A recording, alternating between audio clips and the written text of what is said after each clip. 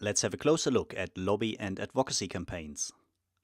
A lobby and advocacy campaign can be a very powerful tool to reach your goals. If done right, that is. In order to be successful, a campaign needs to be based on a sound understanding of the situation you're active in and the issues you're working on. It needs to be clear in its demands and strategic in its approach. And while all of this is easier said than done, none of this is actually rocket science. So let me give you a few tips. Here are 11 simple steps that help you to develop a highly effective lobby and advocacy campaign. Step number 1. Be clear why your organization actually exists. Start by focusing on your organization and the work you have been involved in. What is the vision that inspires you and your colleagues? What is the mission that guides your day-to-day operations? What are the values that are reflected in your organizational setup in the way you interact with others around you? What is the added value you bring to the issues you're working on, the area you're working in, and the people you're working for? Make sure you have answers to all these questions before you consider running a lobby and advocacy campaign. Good, now step number 2. Know the people on whose behalf you work. Gain a better understanding about the people on whose behalf you work, the situation they're in, the challenges they face, and the way they would like these issues to be addressed. What do they expect from you and your engagement in their lives? What is the relationship you have with this group of people? What can you realistically offer? Once that is done, explore the implications all this has for the mandate you have to work on their behalf. Step number 3. Develop your campaign goal. In a third step, you then develop your initial campaign goal. If you want to make sure you do not set yourself up for disappointment right from the start, then don't be overambitious. To get things right, there are a few points you need to have in mind when spelling out your campaign goal. Make sure it's SMART. Yes, SMART as in specific, measurable, achievable, relevant, and time-bound. You probably heard about this abbreviation before.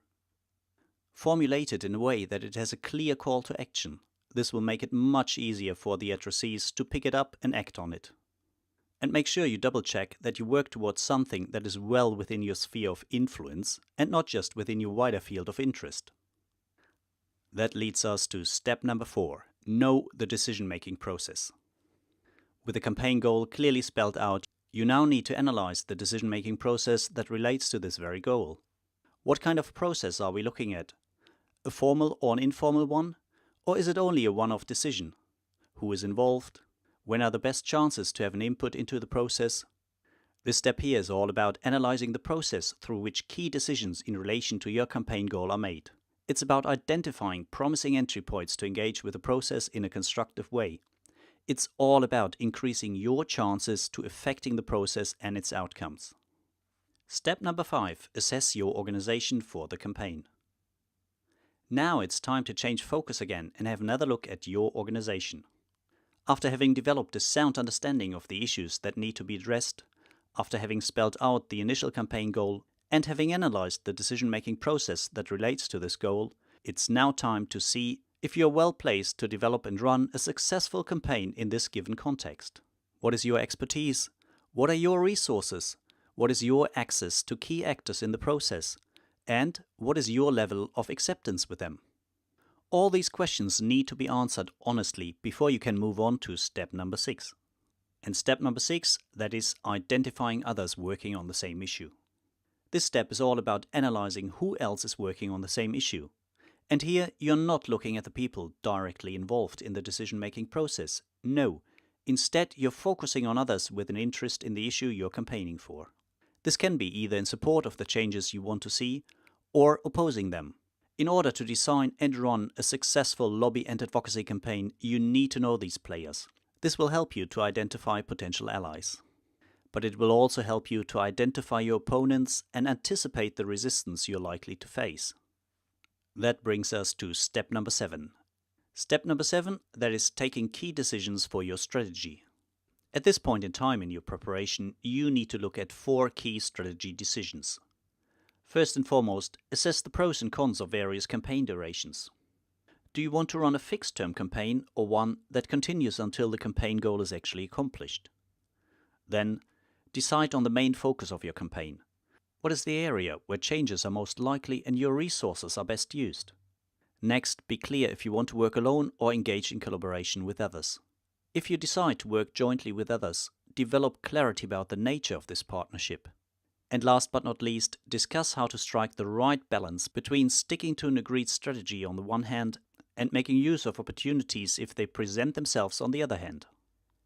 That leads us to step number 8. Step number 8, that is developing your action plan. Now it's time to translate the strategy into an action plan. Who is the main addressee of your campaign?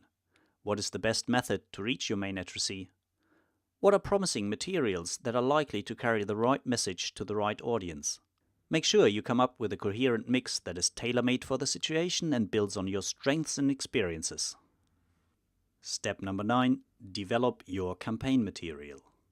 Now it's time to be creative, time to prepare all the material you need to run your campaign. Make sure all the material is tested, both for its usability and for the reaction it provokes in your audience. Once you're satisfied with the material, it's time to push your campaign to the starting line. Step number 10. Implementing your campaign. Now you're almost ready to launch your campaign, but before you do so, make sure you assess potential risks that are associated with your campaign. This assessment needs to cover the people directly involved in and associated with your campaign. It needs to cover the campaign itself, and it needs to cover the people at the receiving end of your campaigning efforts. Once that is done, one last check. Is everything in place? People are briefed, materials are ready, communication channels are set up and tested, the steering committee is formed and on top of the tasks. Well, then you're ready to go. You're off implementing an amazing campaign. Last but not least, step number 11. Monitor progress and evaluate results. Reviewing your campaign is essential, both for accountability as well as for being a learning organization.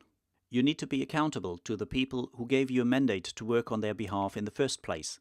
You need to be accountable to people who provided resources for you to run this campaign. And you need to draw out lessons to get better at what you're doing and be effective in creating positive and lasting social change. So much for these 11 tested steps for effective lobby and advocacy campaigns. It would be great to hear about your campaigning experiences in the comments down below. Give us a thumbs up if you liked this video, and make sure you subscribe to our channel so we can see you in the next video. To learn more about effective lobby and advocacy work, hop over to the Peacebuilding Practitioner at www.thepeacebuildingpractitioner.org or join our online course, The Art of Campaigning. You'll find the links down below. Good, so much for today. See you next time.